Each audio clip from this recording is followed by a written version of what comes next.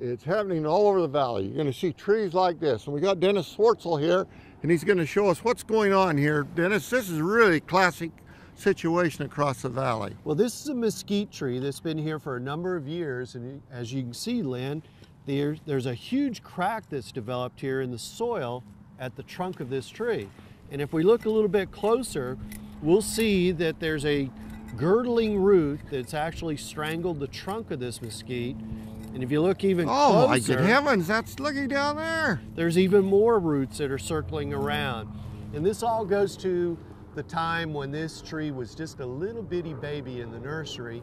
This root started wrapping around the trunk when it was about the size of a pencil. And it was left in the liner too long. Left in the liner too long, and when they transplanted it, they didn't straighten out the root system, and it stayed with it all this time. It's a defect. So when people buy trees, they should really take a good look at the root system. Absolutely. They should inspect the top of the root ball to see if there's any sign of those girdling roots. Mm-hmm. And on certain trees like mesquites and pine trees, this happens very, very commonly. Mm-hmm. So you should expect that rather than, you know, think that it's okay. Okay, we got something right here.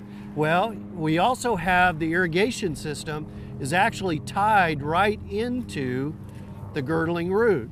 So the root system for the tree never did venture out. Uh-huh. It's one of those strange things. And you got a bubbler right there. We got a bubbler right here too. Uh-huh. So the root system just didn't develop because it was kind of coddled. It was babied for all these years. Boy, look close. That wind, look at moving that whole thing around, Dan. This thing is very weak. It's a dangerous tree now, and it really should just come out. Now, a lot of people would want to go in and take a lot of branches off, and they could do that, but I just think it's going to fall over one of these days. Well, it's inevitable. You could come in and lighten up the weight on the canopy so the wind resistance is reduced, but you still got the liability here. This guy could come out of the ground and actually hurt someone or your property, your car. And that's a good thing to keep in mind, folks. It could actually hurt someone.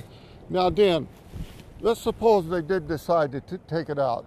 Most people really make the mistake of lifting up and leaving a total canopy of growth upstairs. They should really be thinning that out. Actually, it should be thinned out to reduce that wind resistance. Uh-huh. Well, Dan, thanks so much. You're most welcome.